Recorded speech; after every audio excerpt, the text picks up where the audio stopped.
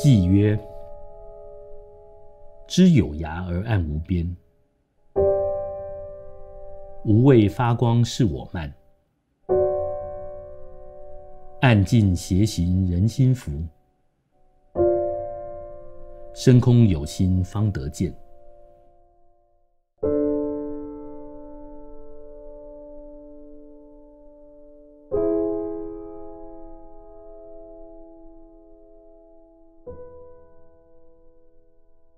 先前的民政局前局长林正秀，请他来跟我们大家分享一下。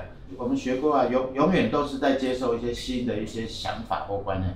那如果有机会，我们把它纳入体制内，那最好。我们有3个色锥，就是 RGB 3个色锥。我们这个底层呢，其实是一层感光细胞。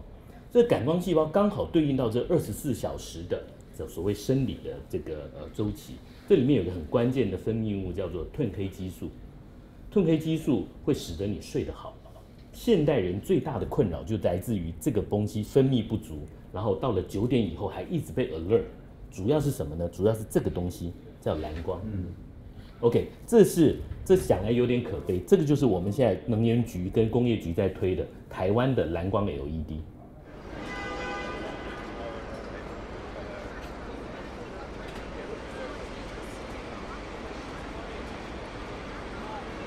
光害大概每一年以2%的比例，其实比全球暖化都严重。我们用了一些看似白光，其实是蓝光的 LED 呢，使得全球的光害是日益严重。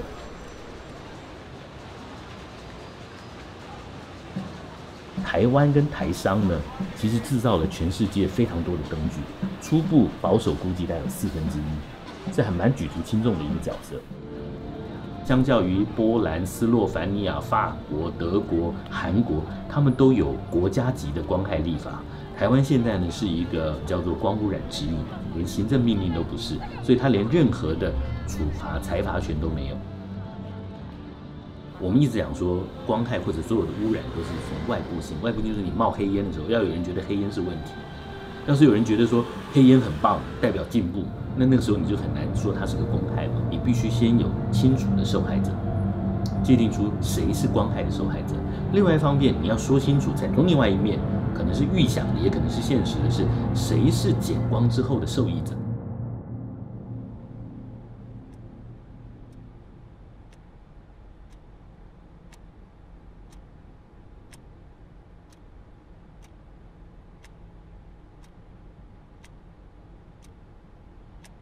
你亮我不亮，我有生意你没生意怎么办？新进就必须透过一个公约，那公约假设是民宿协会加入，那没有加入民宿协会又在外面，他又继续亮怎么办？所以你的所谓多数要多到一个关键性的多数。那刚开始的时候，我跟我们亲近的伙伴算是沿门托钵，一家一家去给他拜头，弄不好。老实讲，他说你先，然后你把东西拿来我看一看，大概都是这样。所谓东西是什么？不是你的资料。他说你帮我装定时器。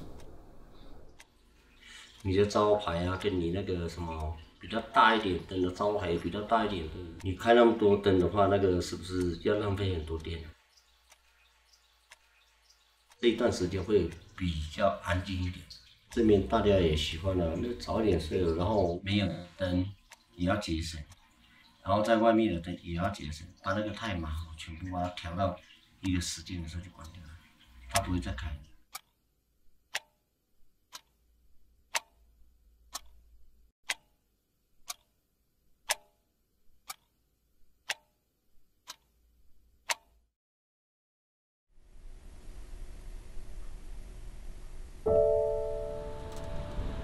睡眠是现代人很大的问题，控制好光，大概控制了1半的睡眠问题。譬如说像小巨蛋，它对面的，你用那个流明这样去测，等于你天天在看电视，时时在看电视，因为它白天也开，就是隔了2层玻璃都这样。为了城市的这样的一个大看板，结果牺牲的是市民最基本的这样的一个夜间开窗的权利跟这种基本的人权。东亚的人集体的有一种追赶的心态，我们都觉得我们落后于世界，所以我们拼命追赶，不知老了。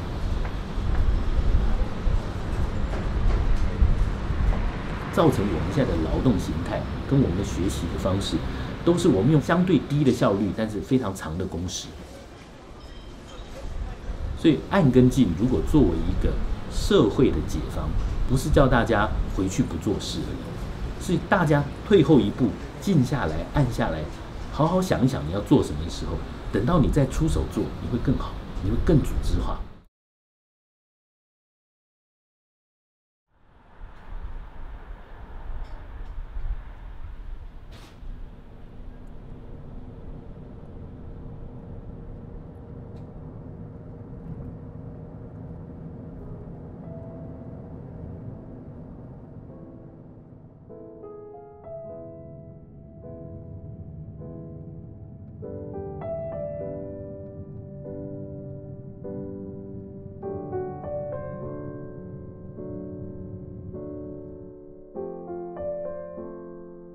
这个地方就是合欢安口公园的南入口，我们现在直接开进去。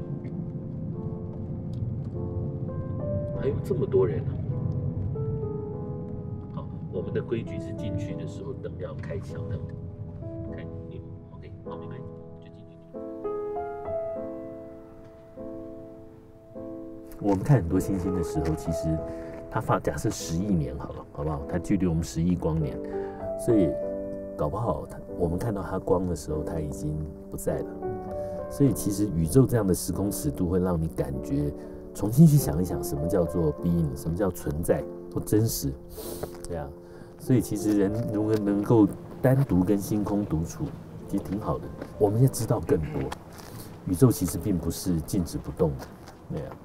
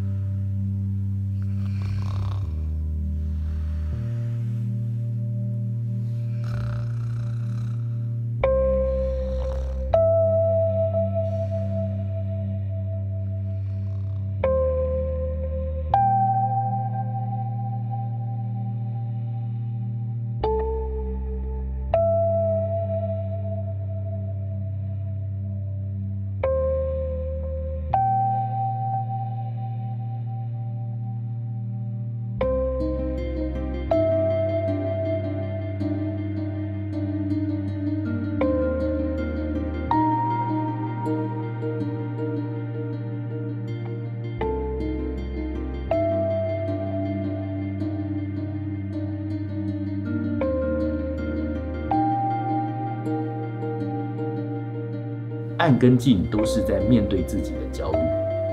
一个焦虑的社会或者一个焦虑的个人，他都在应激。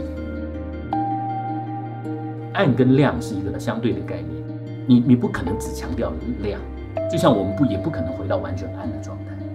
那这样的一个相生相合的这个概念，其实根植在我们的文化传统。这部分如果能够落实下来的话，我觉得这是莫大的进步。